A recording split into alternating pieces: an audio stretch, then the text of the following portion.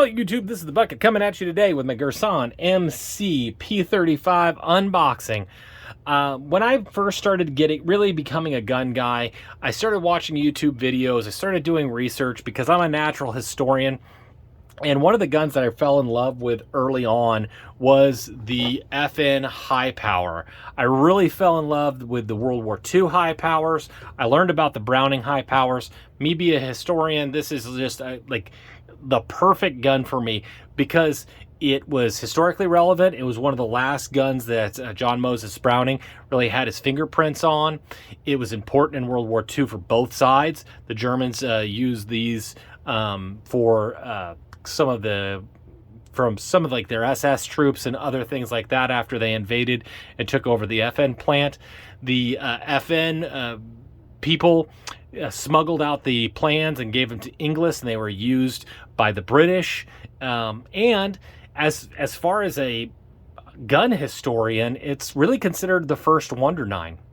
The problem that you get into, like with this one, this is a World War II. This was stamped and used by the Germans in World War II, and it was brought back as a war prize by a USGI. The problem is they're really expensive. And when I was a new gun guy, trying to convince my wife that I need to spend $1,000 on a gun that really was going to sit in the safe and I was going to show off to people and I was going to wipe it with a diaper, was a hard sell. And so when I watched some of the videos, this was years ago, one of the things I watched was Yankee Marshall, please don't judge me, and one of the guns that he loved was the Tissos. And he loved it because it was a clone that came in stainless steel. And what was cool about that, and the FEG to a lesser degree, was it was a high-power clone that you could get, and it cost around $400. And that's a lot easier of a sale.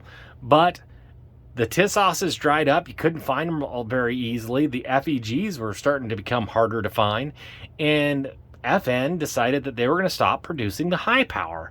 And when they did, Springfield talked about that they were going to release their own high power. And then you saw the Girsan. And I tried to get either one of those. And unfortunately, how gun manufacturing works is you design a gun, you send it out to people to test out, but then it takes a while to get through to the distributors. And those Springfields are still next to impossible to find. And when I was thinking about buying another gun for the channel, when I looked at Riker Arms and I looked at their website, Kevin had one of these in stock. And when I called him up to verify, he said, yep, come on in and pick it up. And that's what I did today. And so actually today I bought this gun in this box, and I wanted to unbox it for you because I've been waiting to get one of these for quite some time. So when you get the gun, it's the classic Girsan blue box. You open it up, and it comes with an EAA branded gun lock, which that means that's going to go on the gun wall. You have a standard cleaning brush. You have an EAA manual, and it's there's not a lot to it. And I think what most gun manufacturers are realizing is people don't read these, they just Google it. And so they're putting a little bit less into the manuals. And then you get the gun with, of course, the classic EAA sticker, limited lifetime warranty. So I'm going to put this box up because you've seen those before.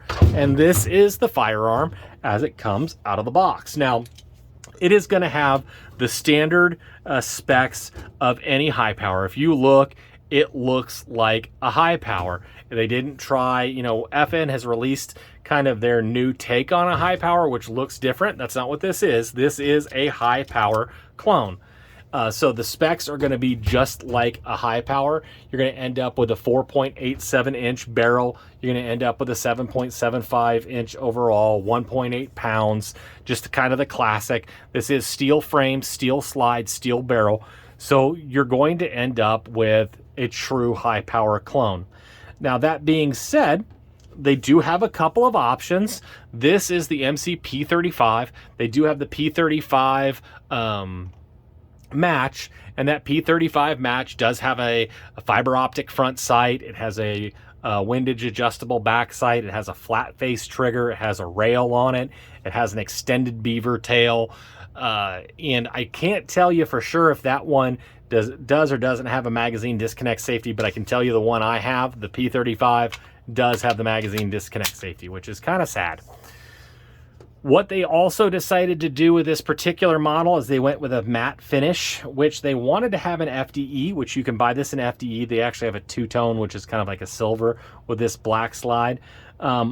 Obviously, as a historian, I love blue. I love the way that looks, and I think a lot of people do like that.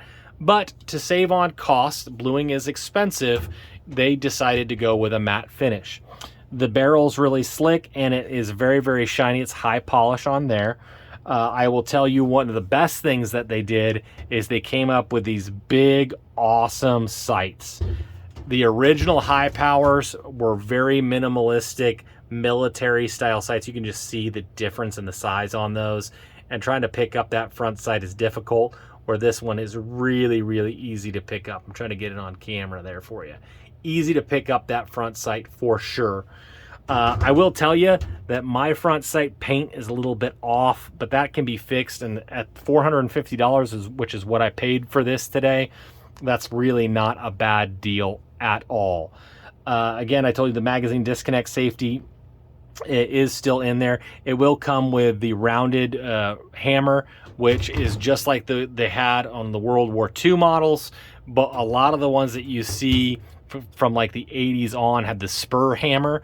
I really am kind of sad that they didn't extend this beaver tail out very much, so it's probably going to give a little bit of hammer bite, which that is less than ideal.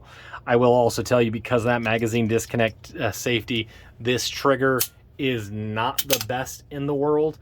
Now, I think it'll loosen up through some shots, but again, anyone with this magazine disconnect safety, you're running against that magazine disconnect safety, so the trigger is not going to be perfect on these.